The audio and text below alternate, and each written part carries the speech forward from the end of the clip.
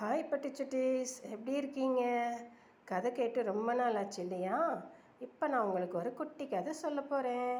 அதாவது ஒரு நாட்டில் ஒரு கிராமம், சின்ன கிராமம். அந்த கிராமத்தில் ஒரு ஏழை குடும்பம். அந்த ஏழை குடும்பத்தில் ஒரு பையன் இருந்தான்.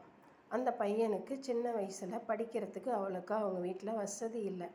அதனால் அவன் கொஞ்ச நாள் மட்டும், அதாவது ஒரு 5ஆம் கிளாஸ் வரைக்கும் படிச்சுட்டு அவன் என்ன பண்ணுறான், குடும்ப வறுமை காரணமாக வெளியில் வேலை பார்க்கலாம் அப்படின்ட்டு வேலை தேடி வரான். அவனுக்கு எங்கேயுமே வேலை கிடைக்கல. அதனால் அவன் என்ன பண்ணுறான், ஒரு நாடக கொட்டகை, அந்த நாடக கொட்டகையில் போய் முன்னாடி உட்காந்துக்கிறான். அங்கே வர்றவங்கெல்லாம் இவனை அப்படியே ஒரு மாதிரி பார்த்துட்டு, பெரிய பெரிய பணக்காரங்க தான் அப்போல்லாம் நாடக கொட்டைக்கு வருவாங்க இல்லையா, அவங்கெல்லாம் இந்த பையனை ஒரு மாதிரி பார்த்துட்டு அவங்க பாட்டுக்கு உள்ளே போய் நாடகம் பார்த்துட்டு வெளியில் போயிடுவாங்க. அப்படி ஒரு நாள் ஒரு பெரிய பணக்காரர் வராரு நாடகம் பார்க்குறதுக்கு. அவர் வரும்போது குதிரை வண்டியில் வராரு. அவர் வந்தவர் என்ன பண்ணுறாரு, இந்த வெளியில் உட்காந்துருக்கிற சிறுவனை பார்த்துட்டு, ஏ தம்பி, ஏன் இங்கே உட்காந்துருக்க அப்படின்னு. சும்மா தாங்க ஐயா அப்படின்னு சொல்கிறாரு. சரி, சும்மா தானே இருக்க, இந்த குதிரையை கொஞ்சம் நேரம் பார்த்துக்கிறியா அப்படின்னு சொல்கிறாரு. சரிங்க ஐயா, நான் பார்த்துக்கிறேன். சரி, நான் போய் நாடகம் பார்த்துட்டு வரேன், அது வரைக்கும் இந்த குதிரையை நீ பார்த்துக்கோ அப்படின்ட்டு போயிட்டார். சரின்னு சொல்லிவிட்டு இவனும் அந்த குதிரையை பார்த்துக்கிட்டு உட்காந்துருக்குறான். திரும்ப நாடகம் முடிஞ்சு அவர் வெளியில் வராரு. வெளியில் வந்துட்டு, எங்கே தம்பி குதிரை அப்படின்னா, அதோ அங்கே நிற்கிது பாருங்க ஐயா அப்படின்னு சொல்கிறான். அவருக்கு அவர் குதிரையை பார்த்து அவராலேயே நம்ப முடியல. ஏன்னு கேட்டால், அந்த குதிரை அவ்வளவு அழகாக இருந்தது. அதாவது அவர் ரொம்ப நாள் அந்த குதிரையை வண்டியில் போட்டு போட்டு பூட்டி ஓட்டிகிட்டு போயிருப்பார் இல்லையா, அந்த குதிரை மேலையெல்லாம் ஒரே குப்பையும் மண்ணுமா இருந்துச்சு. இந்த சிறுவன் என்ன பண்ணுறான், அந்த குதிரையை நல்லா கழுவி தொடச்சி சுத்தமாக வச்சுருந்தான். அதை பார்த்தோன்னே அவருக்கு ரொம்ப சந்தோஷமாயிடுச்சு. பரவாயில்லையே தம்பி, குதிரையை நான் பார்த்துக்க தான் சொன்னேன், ஆனால் நீ இவ்வளவு சுத்தம் பண்ணி அழகாக வச்சுட்டியே. சரி சரி, இந்தா நீ செஞ்ச வேலைக்கு உனக்கு நான் சம்பளம் தரேன் அப்படின்னு சொல்லிட்டு பணம் கொடுக்குறாரு. வேண்டாங்க ஐயா அப்படின்னு மறுத்தாலும் அவனுடைய வறுமை காரணமாக அவன் அதை வாங்கிக்கிறான். சரி தம்பி, பரவாயில்ல வச்சுக்கோ அப்படின்னு சொல்லி கொடுத்துட்டார். இவனும் வாங்கிக்கிட்டான். அது அவனுக்கு ரொம்ப சந்தோஷம். ஏன்னா அவனுக்கு கிடைச்ச காசு இல்லையா. அப்புறம் அடுத்த நாளும் இதே மாதிரி இன்னொரு பணக்காரர் வராரு. அவரும் இதே மாதிரி குதிரையை பார்த்துக்க சொல்லிட்டு போகிறாரு. அவனும் என்ன பண்ணுறான், அந்த குதிரையை நல்லா அழகாக கழுவி சுத்தப்படுத்தி கொடுக்குறான். இதை பார்த்துட்டு நாளுக்கு நாள் அந்த நாடக கொட்டைக்கு நிறையா பேர் குதிரை வண்டியில் வந்தாங்க. வந்தவங்க எல்லாம் இந்த பையனை கேள்விப்பட்டு இவங்கிட்ட குதிரையை ஒப்படைச்சிட்டு நாடகம் பார்க்க போயிடுவாங்க. இவனும் அந்த குதிரையை சுத்தப்படுத்தி திரும்ப கொடுத்துருவான். அதுக்கு அவங்க கூலி கொடுத்துருவாங்க. இப்படியே அவனுடைய காலம் கொஞ்ச நாள் போச்சு. அவன் வெளியே உட்காந்துக்கிட்டு குதிரையை மட்டும் சுத்தம் பண்ணலை. என்ன பண்ணுவான்னா, உள்ள நாடக கொட்டையில் நடக்கிற நாடக வசனத்தையெல்லாம் இவன் காதில் கேட்பான். உள்ளே போகிறதுக்கு தான் இவனை விடமாட்டாங்களே தவிர வெளியில் உட்காந்து இவன் கேட்கலாம் இல்லையா. அதனால் அவன் வெளியில் உட்காந்து அதையெல்லாம் வசனத்தையெல்லாம் கேட்பான்.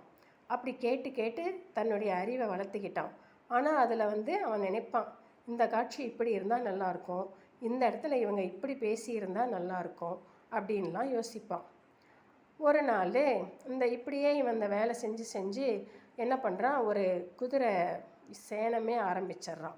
அதாவது ஒரு குதிரைக்குன்னு தனியாக ஒரு கொட்டகை ஆரம்பித்து அதில் சுத்தப்படுத்துறதுக்குன்னு ஒரு கொட்டாயை ஆரம்பிச்சிட்டான். உடனே எல்லாரும் இந்த குதிரையெல்லாம் கொண்டு இவங்கிட்ட கொடுத்து பார்த்துக்க சொல்லிட்டு போயிடுறாங்க. இவனும் அதில் ஓரளவுக்கு வருமானம் கொஞ்சம் வசதியும் வந்துருச்சு அவனுக்கு.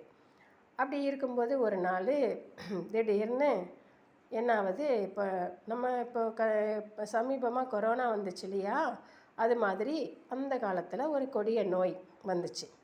அதனால் ஜனங்கள் எல்லாம் வேலைக்கு போகாமல், ரொம்ப அவங்களுக்கு சாப்பாட்டுக்கே வழி இல்லாமல் அந்த மாதிரி நிலமை வந்துருச்சு. அப்படி இருக்கும்போது இவன் என்ன பண்ணுறான், இவனும் குதிரை கொட்டையை அவ்வளோக்கா இவனுக்கும் வருமானம் இல்லை. அதனால் இவனும் கொஞ்சம் அமைதியாக இருக்கிறான். சரி, வர்றது வரட்டும் அப்படின்னு இருக்கிறான். அப்புறம் மறுபடியும் அந்த நாடகம் மட்டும் கொஞ்சம் நடந்துக்கிட்டு இருக்குது. அப்போது அந்த காட்சியில் நடிக்க வேண்டிய ஒரு பையன் வரல அப்படின்னோடனே அந்த நாடக கொட்டைக்காரருக்கு ரொம்ப தர்ம சங்கடம் ஆயிடுச்சு. ஐயையோ நடிக்கக்கூடிய பையன் வரலையே, இப்போ நான் என்ன பண்ணட்டும்னு கையை பிசைஞ்சிட்டு நிற்கிறாரு. அதை இந்த சிறுவன் போய் கேட்குறான், ஏங்க ஐயா என்னாச்சுங்க அப்படின்னு கேட்குறார். இல்லைப்பா அந்த மாதிரி அப்படின்னு சொல்கிறாரு. அப்போ அவன் சொல்கிறான், சரிங்க ஐயா எனக்கு ஓரளவுக்கு நடிப்பு தெரியும், நான் நடிக்கட்டுமா அப்படின்னு கேட்குறான். அவருக்கு சந்தேகம், நீ என்னப்பா குதிரையை தாப்பா பார்த்துட்ருக்கிற, நீ எங்கப்பா நடிக்க போகிற அப்படின்னு கேட்குறாரு. இல்லைங்க ஐயா என்னால் நடிக்க முடியும் அப்படின்னு சொல்கிறான். சரி எங்கே நடித்து காமி பார்க்கலாம் அப்படின்னு சொல்லி வசனத்தை சொல்லித்தராரு. அவர் எதிர்பார்த்ததுக்கு மேலே இவன் எக்ஸ்ட்ரா வசனம் பேசி சூப்பராக நடிக்கிறான். அதை பார்த்தோன்னே அவருக்கு ரொம்ப ஆச்சரியம். எப்படிப்பா நீ வெளியில் உட்காந்துக்கிட்டே இந்தளவுக்கு சிறப்பாக வசனம் பேசுகிற, சரி என் முன்னாடி பேசுகிற, எல்லார் முன்னாடியும் எப்படி பேசுகிறேன்னு பார்க்குறேன். அவனே வேறு வழி இல்லாமல் அவரும் அவனை நாடகத்தில் நடிக்கிறதுக்கு அனுமதி கொடுத்துட்டார். அப்புறம் இவனும் பேசி நடிக்கிறான். ஏகப்பட்ட கைத்தட்டல் அவனுக்கு கிடைக்கிது. ஏன்னா அவங்க எதிர்பார்த்ததுக்கு மேலே இவன் சூப்பராக பேசி நடிச்சிட்டான். எல்லாரும் அந்த சிறுவனை பாராட்டுறாங்க. அதுலேருந்து அவன் கொஞ்சம் கொஞ்சம் நடிக்கவும் ஆரம்பித்தான். அதுக்கப்புறம் கொஞ்ச நாள் ஒரு அந்த கொடிய நோய் தாக்கம் இன்னும் குறையல. அதனால் தொழிலெல்லாம் முடங்கி போச்சு. இவனோட குதிரையில் இது தொழிலும் முடங்கி போச்சு, நாடக தொழிலும் முடங்கி போச்சு. ஆனால் அவன் சும்மா இல்லை. என்ன தெரியுமா பண்ணனா, நிறையா கதைகள், கட்டுரைகள், கவிதைகள் அப்படின்னு படிக்க ஆரம்பித்தான். படித்து தன்னுடைய அறிவை வளர்த்துக்கிட்டான். அதுக்கப்புறம் அவன் பெரிய நாடக ஆசிரியராகவே மாறிட்டான். நாடகம் நிறையா எழுதினான், போயம் எழுதினான், நிறைய கவிதைகள் எல்லாமே எழுத ஆரம்பிச்சிட்டான். அப்படி எழுதி பெரிய உலகமே புகழ்கிற அளவுக்கு பெரிய மனுஷன் ஆயிட்டான். அது யார் தெரியுமா? உங்களால் கெஸ் பண்ண முடியுதா?